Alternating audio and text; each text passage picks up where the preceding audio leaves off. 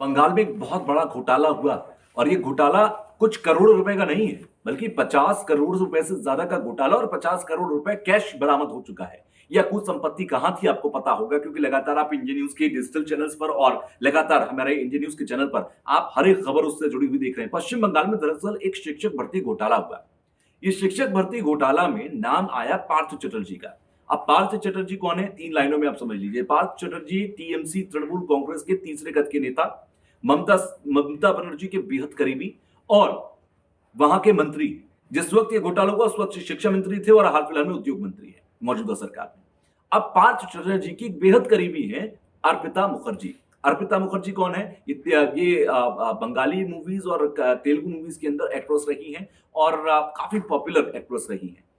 इनके और पार्थ चटर्जी के बहुत अच्छे संबंध बताए जाते हैं और ये बताया जाता है कि जब से अर्पिता मुखर्जी, क्योंकि एक मिडिल क्लास फैमिली से आती थी और जब से इनके संपर्क में आई तब से उनके दिन बदल गए। अब बात यह है कि पार्थ चटर्जी और अर्पिता मुखर्जी पर कार्रवाई हुई थी, क्योंकि अर्पिता मुखर्जी के घर से 22 करोड़ रुपए कैश बरामद हुआ था। लेकिन कल फिर से एक छापेमारी हुई। बेलघरिया के अंदर अर्पिता मुखर्जी का एक फ्लैट है, उस फ्लैट पर छापेमारी की गई और उस फ्लैट पर जब छापेमारी की गई तो वहां से अकूत संपत्ति मिली। पिछली बार तो सिर्फ 22 करोड़ कैश बरामद हुआ था, इस बार 29 करोड़ रुपए कैश बरामद हुआ है, 5 किलो सोना बरामद हुआ है, उसके अलावा कई प्रॉपर्टी के कागजात बरामद हुए हैं। ये पूरी अकूत संपत्ति इतनी ज्यादा थी कि कई लोगों को बाहर से बुलाना पड़ा ईडी को और उसके बाद मशीनें बुलाकर इस कैश को गिनना पड़ा। 18 घंटे तक यहाँ पर सर्च चलता रहा, 18 घंटे तक ये पूरी तफ्तीश चलती रही। उसके बाद यहाँ से तमाम इस अकूत संपत्ति को जब्त कर टीम बाहर के लिए निकली। अर्पिता मुखर्जी से जब पूछताछ की गई तो अर्पिता मुखर्जी ने बड़ा खुलासा किया। उनका कहना था कि मेरे घर का, मेरे फ्लैट का इस्तेमाल एक मिनी बैंक की तरह पार्थ चटर्जी किया करते थे। कमरे के अंदर कितना कैश है इसकी जानकारी अर्पिता को नहीं होती थी। पार्थ हर हफ्ते आते थे, वहां जो भी अंदर कमरे के अंदर वो अकेले जाते थे, अर्पिता अंदर नहीं होती थी और उस वक्त वहां पर कितना कैश है, कितना रखा गया, कितना वहां से निकाला गया, इसकी जानकारी अर्पिता को नहीं होती थी। इनका इस्तेमाल सिर्फ और सिर्फ एक मिनी बैंक के तौर पर किया जा रहा था। अब एक और रोचक जानकारी आप ले लीजिए इस पूरे मामले से जुड़ी हुई। जिस फ्लैट के अंदर इतनी अकूत संपत्ति थी, करोड़ों रुपए कैश पड़ा हुआ था, जानकारी यह है कि उस फ्लैट का मेंटेनेंस चार्ज कई महीनों से नहीं दिया गया था।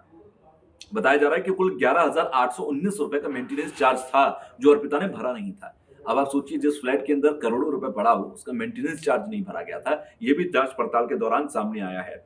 इसके साथ ही साथ अर्पिता के कई रिश्तेदार हैं, उनके घर पर भी छापेमारी की जा रही है, क्योंकि अभी ईडी को यह अंदेशा है कि ये महज छोटी सी कार्रवाई है। इसके अलावा देखा जाए तो अर्पिता के कई ठिकानों पर बड़े बड़े छापेमारी के दौरान और भी ज्यादा संपत्ति मिल सकती है, इससे भी ज्यादा संपत्तियां बरामद हो सकती हैं। तो एक बहुत बड़ा गेम किया गया, एक बहुत बड़ा घोटाला किया गया। ये शिक्षक भर्ती घोटाले से जुड़ा हुआ मामला था, जहां पर नौकरी के बदले में रिश्वतखोरी की गई थी और इससे जुड़े हुए एसएससी से जुड़े हुए कई घोटाले किए गए थे।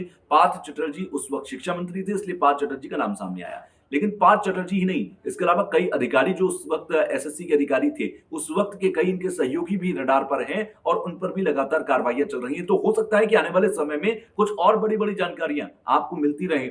तो ऐसे इस पूरे मामले से जुड़े हुए अगर आप आगे अपडेट्स चाहते हैं तो हमारे साथ जुड़े रहिएगा, क्योंकि तमाम अपडेट्स आपको डिजिटल माध्यम से हमारे यूट्यूब चैनल पर मिलते रहेंगे और बाकी टीवी पर आप हमारे साथ इंडिया न्यूज पर रोजाना मुलाकात करते हैं, तो वहां भी आप हमारे साथ मिल रहेंगे।